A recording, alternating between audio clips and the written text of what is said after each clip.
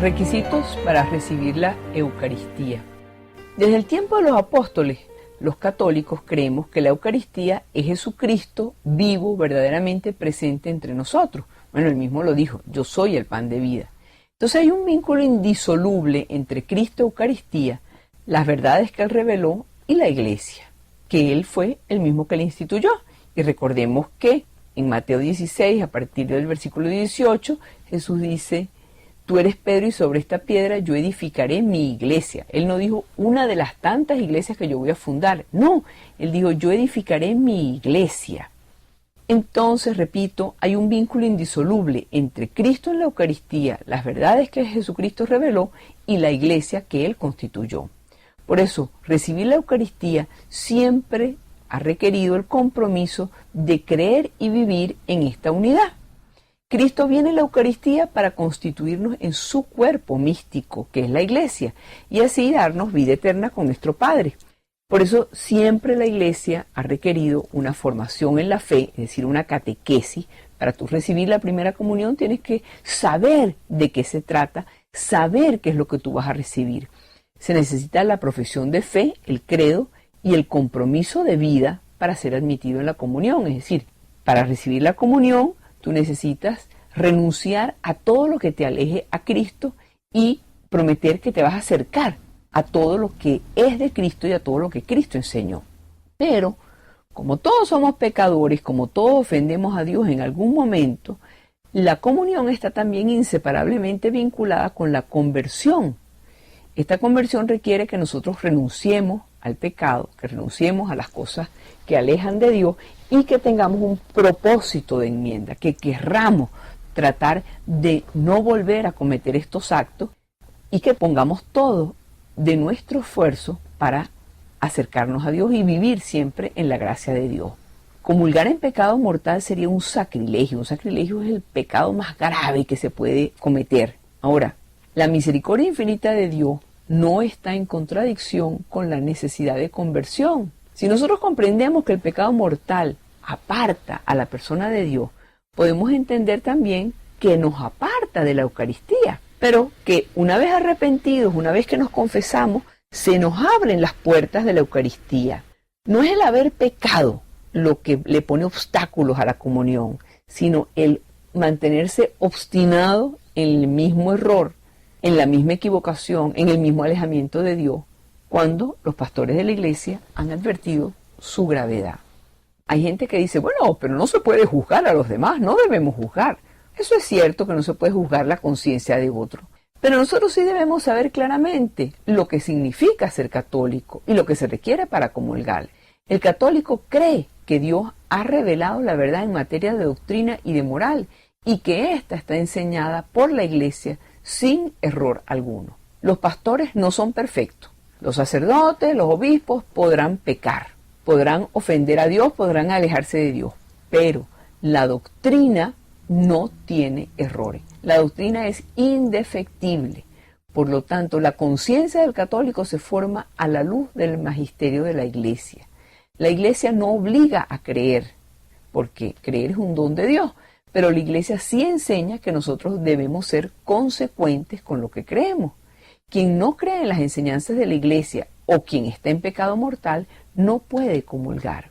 Los sacerdotes, los obispos tienen el deber de enseñar lo que es ser católico y proteger a la Eucaristía de los abusos que se pueden cometer.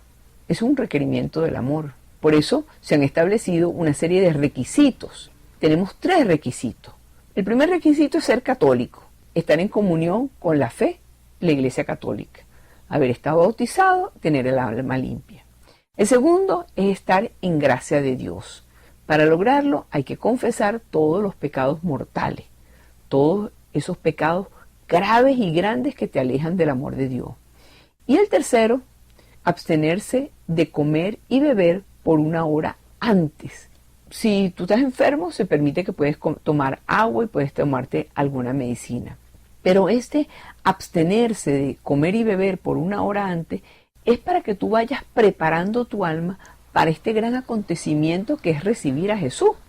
Desde las primeras comunidades cristianas se experimentaba la necesidad de prepararse con una conducta de vida digna para celebrar la fracción del pan eucarístico, que es comunión con el cuerpo y la sangre del Señor, y es comunión con los creyentes que forman un solo cuerpo porque se alimentan con el mismo cuerpo de Cristo. Presentarse para recibir la Sagrada Comunión debería ser una decisión consciente, basada en un juicio razonado respecto a la propia dignidad para hacerlo. Sabemos todos que no somos merecedores de la comunión. Nadie podría comulgar como ser humano solamente. Necesitamos la gracia de Dios. Pero debíamos preguntarnos algunas cosas. Por ejemplo, yo estoy en plena comunión con la Iglesia Católica. O sea, yo acepto lo que dice la Iglesia Católica. Otra pregunta sería, ¿yo soy culpable de algún pecado grave? ¿Hay algo que me prohíba que yo reciba la Sagrada Comunión? Yo me he preparado ayunando por lo menos 1 hora antes, porque presentarse a recibir la Sagrada Comunión simplemente como, porque estoy en misa, entonces voy a comulgar. No, eso es un abuso que tiene que ser corregido. Hay por otra parte faltas de criterio. Por ejemplo, la Iglesia enseña que el aborto y la eutanasia son un pecado gravísimo. La carta encíclica del Papa, el Evangelio de la Vida, dice que existe una grave y clara obligación de oponerse por la objeción de conciencia. En el caso de una ley intrínsecamente injusta, como una ley que permite el aborto o la eutanasia, nunca es lícito obedecerla. Y tampoco es lícito participar en campañas de propaganda a favor de tal ley o votar a favor de tal ley. Eso está en el número 73 de la encíclica Evangelio de la Vida. Es decir, los cristianos tienen una grave obligación de conciencia de jamás cooperar formalmente en prácticas que, aun cuando lo permitan las leyes, son contrarias a las leyes de Dios. Por eso, desde el punto de vista moral, nunca es lícito cooperar formalmente con el mal. Cooperar con el mal nunca puede ser justificado invocando el respeto a la libertad de otros o apelando al hecho de que la ley lo permite. Cuando los obispos prohíben, por ejemplo, la comunión a esas personas que se declaran formalmente pro aborto, estoy a favor del aborto, los obispos dicen, esa persona no puede comulgar. Ellos están aplicando una enseñanza fundamental de la Iglesia. Una enseñanza que todos aprendemos antes de la primera comunión y que viene de los apóstoles. No debe comulgar quien está en pecado mortal o quien reniegue de la doctrina esencial de la fe. Si hay alguien que está, por ejemplo, a favor del aborto o a favor de la eutanasia y los pastores le permitieran comulgar, estarían ellos mismos violando una doctrina importantísima de la Iglesia. ¿Por qué? Porque quien gobierna tiene el deber de proteger los derechos fundamentales de todos, sin excluir a los más débiles, sin excluir a los que no tienen voz, y en este caso serían las personas que van a ser sometidas a la eutanasia o los bebés que son abortados. Aunque la mayoría quiera quitar los derechos a una minoría, esto no se puede permitir porque sería una injusticia. Si usted le pregunta a unos niñitos que se están preparando para la primera comunión, una persona que acepta que se asesine a los bebés no nacidos, ¿puede ser un católico practicante?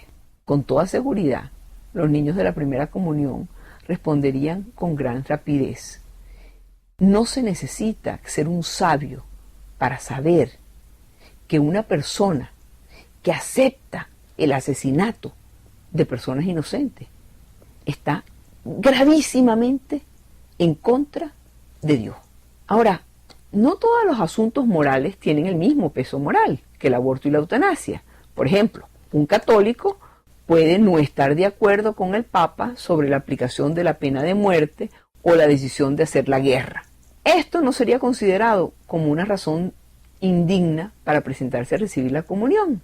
Aunque la Iglesia le pide a las autoridades civiles que busquen la paz, que no hagan la guerra y que tengan misericordia y discreción cuando castiguen a los criminales, aún sería lícito tomar las armas para repeler a un agresor o recurrir a la pena capital. Pero puede haber una legítima diversidad de opinión entre los católicos respecto a ir a la guerra y aplicar la pena de muerte, pero no, sin embargo, respecto al aborto y la eutanasia. Aparte del juicio de un individuo respecto de su propia dignidad para presentarse a recibir la comunión, El ministro de la Sagrada Comunión se puede encontrar en una situación en la que debe rechazar darle la comunión a alguien, como en el caso de una persona que abiertamente esté a favor del aborto. Y si el sacerdote lo conoce, el sacerdote le tiene que decir en el momento que se acerca a recibir la comunión, mire, usted no puede recibir la comunión. Más bien, ese sacerdote debía reunirse con esa persona, instruirla al respecto, instruirle las enseñanzas de la iglesia, informarle que no se debe presentar a la comunión hasta que termine con esa situación objetiva de pecado. Estas son medidas preventivas, aun cuando estas medidas preventivas no hayan tenido su efecto o no hayan sido posibles y la persona, a pesar de que se le haya dicho, se presente para recibir la comunión, el sacerdote puede negarse a darle la comunión. Esto está en la declaración del Pontificio Consejo para los Textos Legislativos sobre la Sagrada Comunión, los católicos vueltos a casar civilmente, por ejemplo. Esta decisión, propiamente hablando, no es una sanción ni una pena. Tampoco es que el ministro de la comunión esté realizando un juicio sobre la culpa subjetiva de la persona, sino que está reaccionando ante la indignidad pública de la persona para recibir la Sagrada Comunión, porque está en una situación pública y objetiva de alejamiento de Dios. Un católico sería culpable de cooperación formal en el mal y tan indigno para presentarse a la Sagrada Comunión si deliberadamente votara, por ejemplo, a favor de un candidato porque el candidato apoya la criminalidad, el aborto. Cuando un católico no comparte la posición a favor del aborto, pero vota a favor de ese candidato por otras razones, esto es considerado una cooperación material remota que solamente puede ser admitida ante la presencia de razones proporcionalmente graves. El hecho de que la Iglesia restringe el acceso a la comunión solamente a los católicos se ha convertido en una materia de debate. La gente dice, pero ¿por qué solamente los católicos pueden recibir la comunión? Bueno, por unas sencillas razones. Vamos a explicarlas.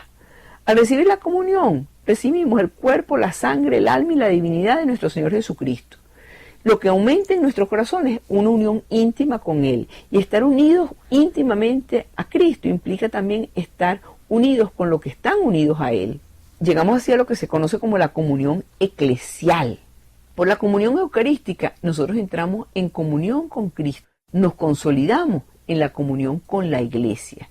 Entonces, quien no pertenece a la Iglesia no puede tomar parte de la comunión eucarística. Hay que comulgar recibiendo la Eucaristía como lo que es, como cuerpo, sangre, alma y divinidad de nuestro Señor Jesucristo, con una fe viva de su presencia real en estas especies. Creer esto es algo muy comprometido porque significa creer en la verdad completa revelada en Cristo, no solo aceptando intelectualmente un determinado conocimiento, sino también adecuando nuestra vida a este conocimiento. Por eso se habla de fe viva, porque comulgar es aceptar lo que dice la Iglesia también. La Eucaristía consolida la comunión con la Iglesia y a la vez exige como condición previa que tú estés de acuerdo con la Iglesia. Recibir la comunión eucarística sin estar en plena comunión con la Iglesia es absurdo, porque no realiza el aspecto significativo característico del sacramento, y al no significar tampoco causa nada. Como agrega que el deseo y la necesidad espiritual de recibir la comunión es algo profundamente personal, pero nunca un acontecimiento privado, justamente porque estamos frente a un bien de iglesia, del que nosotros no somos dueños. Cuando no se respetan estas cosas, estamos alejándonos de esa verdad que Jesucristo nos enseñó, de esa verdad que Jesucristo quiere para cada uno de nosotros. La imposibilidad de celebrar juntos la Eucaristía entre confesiones religiosas diferentes es una situación muy dolorosa, pero el deseo intenso de querer hacer algo juntos no siempre significa que sea eso lo más conveniente. La eliminación del dolor ante la división sin la eliminación de sus causas, lo único que hace es empeorar las cosas. Por eso es necesario no perder de vista que la disciplina de la Iglesia que prohíbe la comunión entre las distintas religiones no es la causa de la división, sino la consecuencia. Las causas se descubren y se remueven dialogando, buscando la verdad entre todos, que es un proceso largo, un proceso a veces cansón, pero que cuando lo recorremos con paciencia y con perseverancia, nos permite una serie de reacciones muy positivas. Recibir la Eucaristía requiere estar preparados en armonía y unidad con Cristo. ¿Por qué? Porque Cristo es Dios, amigos, y con Dios siempre ganamos.